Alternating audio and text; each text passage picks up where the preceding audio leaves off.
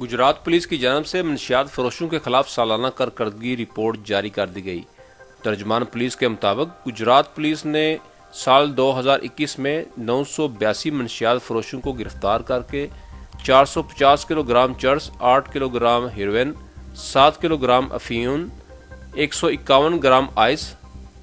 5470 بوتل شراب، 450 لیٹر لائحن برآمد کی،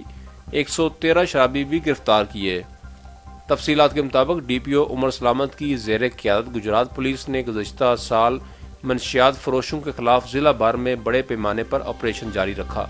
جس میں منشیات فروشوں کی گرفتاری کے لیے تمام تھانوں میں خصوصی ٹیمیں تشکیل دی گئیں، جنہوں نے گزشتہ سال کے دوران مجموعی طور پر 982 منشیات فروش گرفتار کر کے 450 کلو گرام چرس، 8 kilo gram heroine, 7 kilo gram افیون، 151 gram ice, 5470 بوتل شراب، 450 لیٹر لائحن برآمد کر کے مختلف تھانوں میں مقدمات درج کیے۔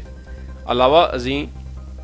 113 افراد کو شراب نوشی کے جرم میں گرفتار کر کے مقدمات درج کیے گئے۔ ڈی پی او گجرات عمر سلامت نے کہا ہے